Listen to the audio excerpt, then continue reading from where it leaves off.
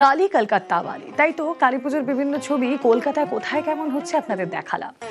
এই কালী পুজোতেও থিমের চমক রয়েছে বিভিন্ন জায়গায়। দেখুন দুর্গাপুজোতে আমরা দেখেছি থিম ভাবনায় এবার ফুটে উঠেছিল বাংলা এবং বাঙালির অস্মিতা। কালী পুজোতেও তার অন্যথা নয়। দমদম ছাতাকলের ছবিটাই দেখুন, পদ্মভিলা অধিবাসী বৃন্দ, তাদের পুজোর থিমে বাংলার আবেগ, বাঙালির আবেগ। সরাসরি চলে যাই, প্রতিনিধি সুদীপ্ত সেন রয়েছেন সঙ্গে। সুদীপ্ত, শুভ দীপাবলির শুভেচ্ছা জানাই তোমায়। ছাতাকলের এই পুজো বাংলার আবেগ, বাঙালির আবেগ কিভাবে ফুটিয়ে তোলা হয়েছে গোটা মণ্ডপ জুড়ে?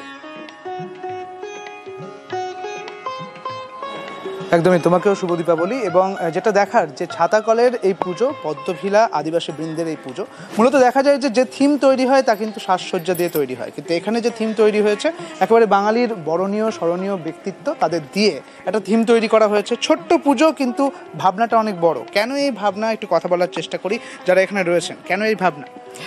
মা যেমন সৃষ্টি করে তেমনি ধ্বংস করে। কিছু কিছু লোক বাংলাকে ধ্বংস করার জন্য আছে, তার জন্যই আমাদের এই আয়োজনটা।